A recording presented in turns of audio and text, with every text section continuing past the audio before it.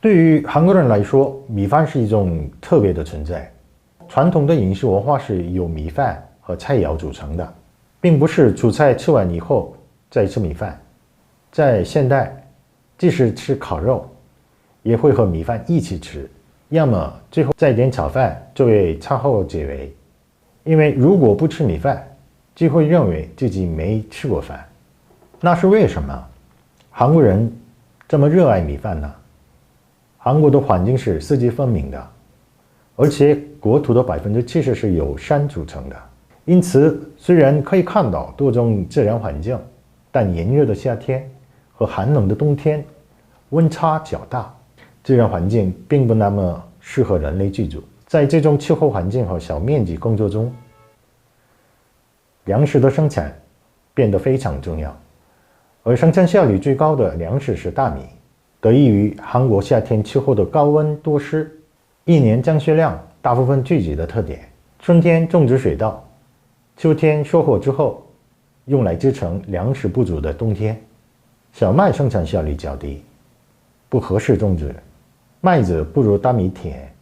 虽然还有很多其他谷物，但由于其他谷物的味道无法媲美大米，产量也不足，所以大米自然而然地成为了韩国人的主食。韩国人在历史上也是以大胃王而闻名，现代的出播或许是跟这些有关系的。这张照片拍摄于朝鲜时代末期，那时候的老百姓吃那么多的饭，与他们的个头相比，可以看出饭量真的很大。而且从一位画家画的画中可以看到，人们用跟自己的脑袋大小的大碗吃饭。在这幅画之前，更早的时代，生活水平更差的时期也是那样吃的，甚至画里的饭碗已经比以前缩小了尺寸。现在使用的普通饭碗大概装350克左右，但是朝鲜时代是690克，高丽时代是1040克，高句丽时代是1300克。也就是说，年代越古老，人们吃米饭的饭量就越大。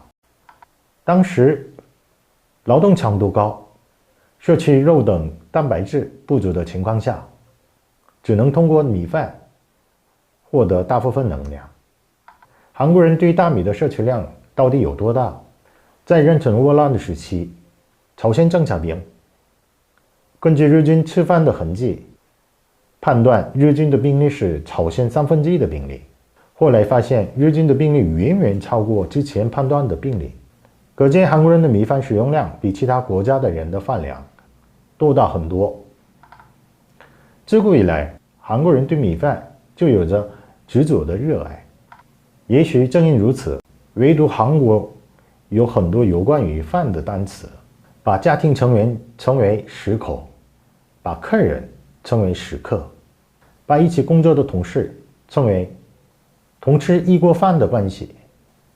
大部分名称都与米饭有关。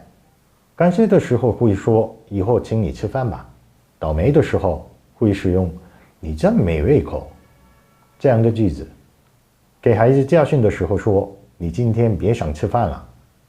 担心的时候会安慰就算累也要吃饭，甚至把死亡视称为放下勺子。平时打招呼的问候语甚至也是吃饭了吗？意思是说，只要吃饭的话，起码最低限度的生活都会得到保障。因此，西方外国人听到这种打招呼的问候语会感到疑惑，为什么在乎别人吃没吃饭呢？韩语不同地区有不同的方言，但所有地域的人都把米饭称为米饭밥。可以看出米饭在韩国人心里的位置。但是现在韩国也逐渐西化，用披萨或者面包替代米饭，或者西餐厅不吃米饭。韩国人生病或感到疲惫的时候，最能想起的恐怕还是妈妈做的家常饭。习惯在家里吃热乎乎的米饭，显示了家庭主义影响仍然很深的韩国社会文化。